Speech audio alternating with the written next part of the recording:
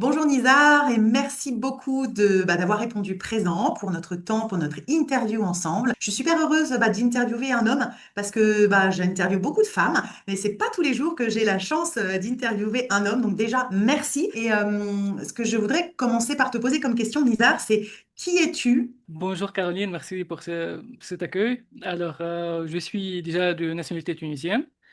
J'ai un background d'ingénieur et j'ai expatrié en France en septembre 2020, juste après la première vague de Covid.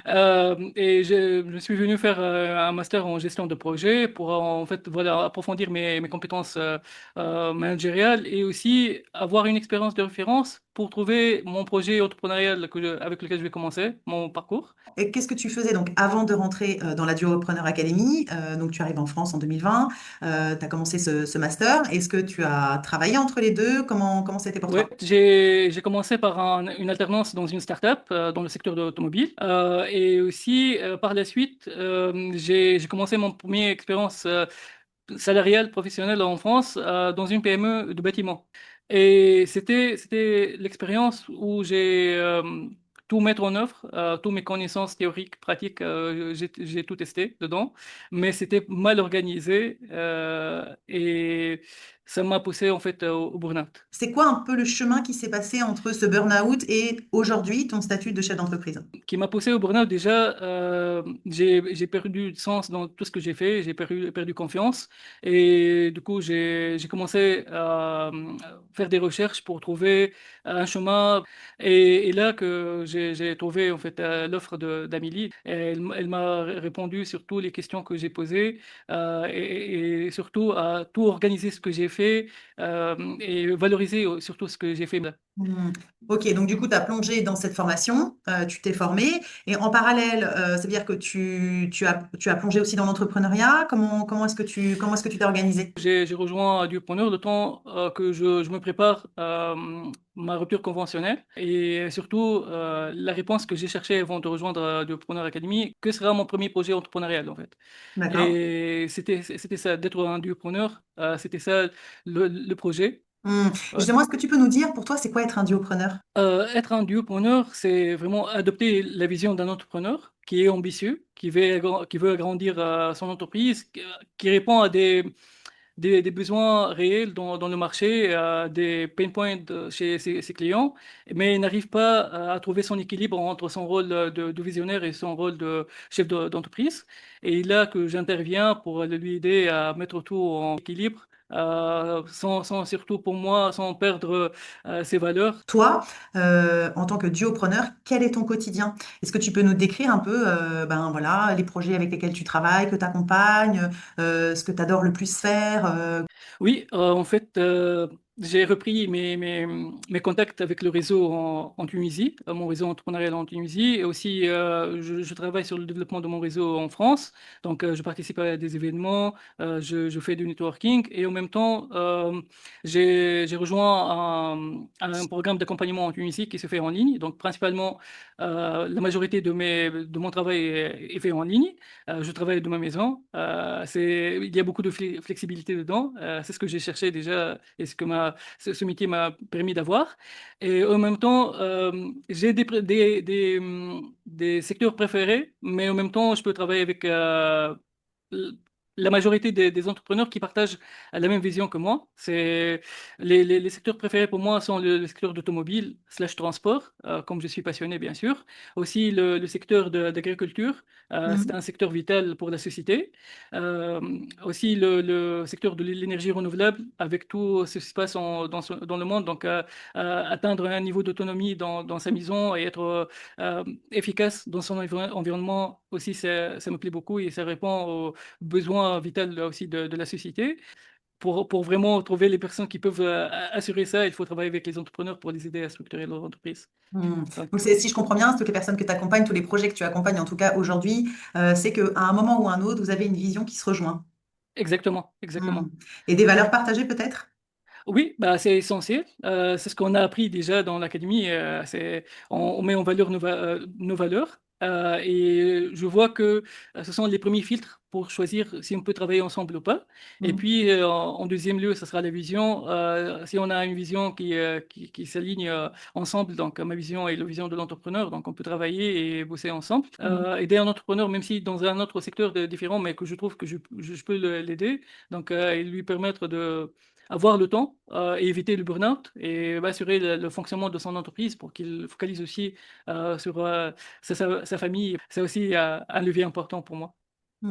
Bah oui, normal, si tu as fait un burn-out, quelque part, Ouais. aider ceux qui pourraient frôler le burn-out, ça peut parfois aussi être une nouvelle valeur, en tout cas, du prendre soin qui se développe quand on a vécu soi-même des choses comme ça. Donc, merci Nizar pour tout ça. Et qu'est-ce que tu préfères, toi, dans le métier d'entrepreneur? J'ai la partie ingénieur passe directement à choisir les bons outils, le bon système à utiliser pour assurer l'excellence opérationnelle. Donc, et surtout, facilite le travail des gens pour éviter, comme on a dit, le burn-out ou bien les conflits qui se passent dans les équipes. Donc, je vois, mis à part la partie ADN de l'entreprise où on parlait, éclairer surtout la partie valeur, vision, mission, il y a la deuxième partie, je pense, la partie structure, système et outils. Et tu dois le savoir, mais il y a autant d'OBM que de compétences, que de super pouvoirs que chacun va développer dans ce métier-là. C'est ça qui est vraiment très très chouette. Et est-ce que toi, tu as un super pouvoir? Euh, Je pense que j'ai deux super pouvoirs. Le premier, c'est ma capacité à s'adapter et ma flexibilité. J'ai rentré dans différents types de secteurs, différents types d'environnements de travail, industriel, start-up, PME, donc physique ou en ligne. Donc cette flexibilité et ce pouvoir d'adaptation. Et la deuxième, c'est aujourd'hui que je porte presque les quatre casquettes de l'accompagnateur de l'entrepreneur. On parle de l'OBM, on parle du consultant qui fait des missions en one-shot, on parle aussi du coaching et formation. Donc, tout dépend du besoin de mon client, tout dépend de le stade où il est, la maturité de son entreprise. Je suis capable de l'accompagner tant que nos valeurs matchent et nos visions s'allient. J'ai vraiment la sensation quand je t'entends que il y a un moment, c'est fondamental pour toi d'avoir des valeurs et une vision qui s'alignent. Je me permets de le répéter parce que c'est pas toujours, enfin, je dis pas que c'est pas le cas dans les autres interviews, hein, parce qu'en règle générale, on a toujours besoin d'avoir une valeur en commun pour pouvoir matcher avec quelqu'un. Mais toi, ça fait plusieurs fois que tu le dis. Est-ce qu'il t'est arrivé dans ton expérience de travailler avec quelqu'un avec qui tu portais pas les mêmes valeurs ou pas la même vision? Déjà, tout à l'heure, j'ai parlé que l'entrepreneur doit être ambitieux. Il veut agrandir son entreprise. Ça fait partie de son stratégie aussi, de sa vision. Si on n'est pas d'accord par rapport à ça, donc je vais lui pousser vers un chemin bloqué. Il y aura des conflits, ce qui crée aussi de burn-out pour les salariés ou bien même pour nous, les entrepreneurs, si on travaille sur des sujets où euh, on va mener des plans d'action et faire des réalisations, mais si nos valeurs ne matchent pas, donc il y a des points où il y a des décisions à prendre. Finalement, normalement, l'entrepreneur qui doit prendre son décision à lui, et c'est la seule personne responsable de son entreprise. Mais si je vois, par exemple, que je lui donne le conseil que d'éviter de prendre cette action, ça va détruire son entreprise, ou bien ça va impacter mal la société, et on n'est pas d'accord par rapport à ça, on ne partage pas les mêmes valeurs côté impact social, donc on ne peut pas travailler ensemble. Il faut être engagé sur les mêmes sujets, chacun de sa position, chacun de son savoir-faire, mais l'essentiel, on atteint à travers un réseau complémentaire, on atteint les mêmes objectifs. Sinon, il y aura de la contradiction et être engagé avec une autre personne, un autre entrepreneur pour le développement de son entreprise, ça peut nous mettre, nous, les OBM, dans une situation de fragilité où tu as ton engagement envers lui, mais réellement tu n'es pas convaincu par ce qu'il fait, ou bien par les décisions qu'il prend, ou la stratégie qu'il a choisie. Donc ça peut créer un conflit interne déjà chez nous et un conflit externe avec l'entrepreneur. Merci Je beaucoup. recommande l'éviter vraiment. Ouais, non, vraiment, c'est hyper intéressant. Merci beaucoup pour ton partage. Avant de te positionner en tant qu'OBM, qu'est-ce que tu as, quel a été le plus grand obstacle à franchir pour toi? Je pense on a ce syndrome de FOMO, the fear of missing out, que tu sens que si tu te focalises, tu te niches dans une spécialité, tu vas perdre ou bien louper une activité, une chance qui peut être bénéfique pour ton entreprise. Pour m'aider à accepter déjà avec qui je peux travailler, qu'est-ce que je peux offrir exactement. À travers l'accompagnement de Duopreneur Academy, j'ai pu focaliser sur pain points, les points de douleur de l'entrepreneur, qu'est-ce que je veux traiter exactement. Et en deuxième lieu, c'était vraiment de focaliser sur l'ADN de mon entreprise, mes valeurs, ma vision des choses, ma mission, qu'est-ce que je veux faire exactement, en quoi mon intervention va aider l'entrepreneur et qui va être aussi aligné avec ma vision à moi. Donc, c'est ces deux choses qui m'ont permis à surmonter ce challenge de fear of missing out et vraiment choisir mon positionnement. En gardant toujours la porte ouverte à autres personnes, bien sûr, mais comme je Mhm. t'ai dit, j'ai dit, OK, j'ai ces quatre secteurs que je préfère travailler, qui répondent parfaitement à ma vision. Est-ce que tu peux nous partager la plus grosse pépite que tu as reçue au sein de cette formation? C'est difficile à répondre parce que c'était en fait tout est complémentaire et tout est exceptionnel et à chaque fois en fait la complémentarité entre les sessions de mentorat en groupe où j'avais la possibilité d'être ouvert et partager un souci ou bien trouver des solutions en équipe euh, c'était bénéfique pour moi à certains moments. J'avais aussi un groupe puissance 4 où on a travaillé à certains moments à des challenges ensemble. Il y avait une certaine connexion où tu sens que tu n'es pas seul.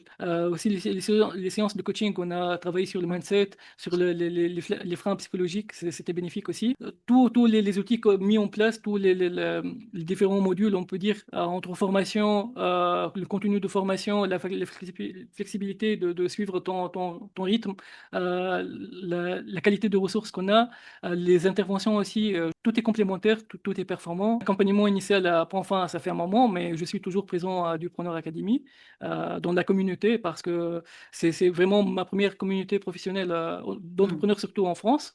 Et je suis attaché émotionnellement à cette académie et à cette communauté, et je veux garder toujours contact avec eux. Aider ou bien être aidé, c'est toujours dans les deux sens. Le fait d'avoir des échanges, même si on participe pas dans des sessions de mentorat en groupe, le fait d'être présent, il y a une touche de plus déjà. En gros, tout est une grosse pépite, quoi.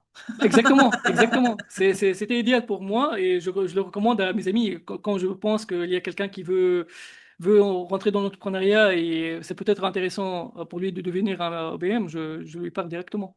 Et justement, qu'est-ce que tu dirais à quelqu'un qui hésite à entrer dans la formation? Tu lui dirais quoi? La structure de la formation permettre d'avoir vraiment un chemin bien structuré qui te mène directement à ton objectif, même si tu le fais à ton rythme. Deuxièmement, la communauté. On a une communauté soudée. Généralement, les gens disent que si on fait toujours on fait les mêmes métiers, on est des concurrents. Mais j'ai jamais senti ça dans notre académie. Il y a vraiment de l'entraide, de l'engagement, de l'encouragement. Donc, si tu as besoin de te lancer dans l'entrepreneuriat et tu trouves que le métier d'OBM te parle, que la meilleure communauté, tu peux le trouver dans Dupreneur Academy. Ne cherchez pas ailleurs. C'est quoi la suite pour toi, Nizar? La suite, c'est vraiment... j'ai un chiffre d'affaires comme objectif à atteindre et j'ai un nombre d'entrepreneurs à impacter. J'aimerais bien vraiment euh, voilà, atteindre ces objectifs-là pour sentir que c'est bon, ce que j'ai appris, j'ai pu le mettre en œuvre correctement et en marche correctement. Bah, en tout cas, c'est tout ce que je te souhaite. Merci beaucoup. Ton profil est super chouette. J'ai été très, très heureuse de passer ce temps avec toi, Nizar. J'espère que j'ai pu inspirer en fait les gens qui hésitent à devenir OBM, à rejoindre notre académie déjà. Et aussi les entrepreneurs qui hésitent d'avoir de l'accompagnement, prends contact avec nous et tu vas avoir la réponse. Et si oui, on va t'accompagner de la meilleure façon possible. Merci beaucoup, Nizar. En tout cas, je te souhaite de passer une très, très, très, très belle fin de journée et je te dis Ouais. à très bientôt. Merci Mais- beaucoup. Merci à toi aussi. Au revoir.